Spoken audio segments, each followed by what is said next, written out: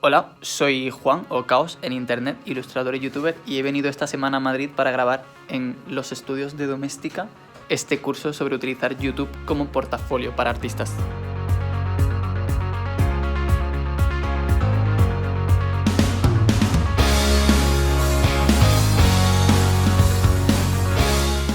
¿Me salto algo? Sí, pero... Me han preguntado un montón de veces que cómo hago para dar a conocer mi trabajo, y yo la forma que utilicé para darlo a conocer fue YouTube, porque llegas a un montón de peña en un formato súper interesante que es el audiovisual. Prácticamente todo el mundo conoce YouTube, pero muy poca gente sabe el potencial que tiene esa plataforma como portafolio para los artistas. En el curso vamos a ver un poco sobre cómo funciona YouTube, también el famoso algoritmo, que todo el mundo le dice el algoritmo, qué cosas tiene YouTube que puedes utilizar tú como artista, cómo definir tu canal hasta la creación de tu primer vídeo, que va a ser como un portfolio de tu obra y que va a ser el tráiler de tu canal. Min. Espero que te haya gustado este vídeo, no te olvides de seguir a Doméstica en las redes sociales para enterarte de cuándo sale este curso. ¡Ayo! Ay, tengo que grabar todo.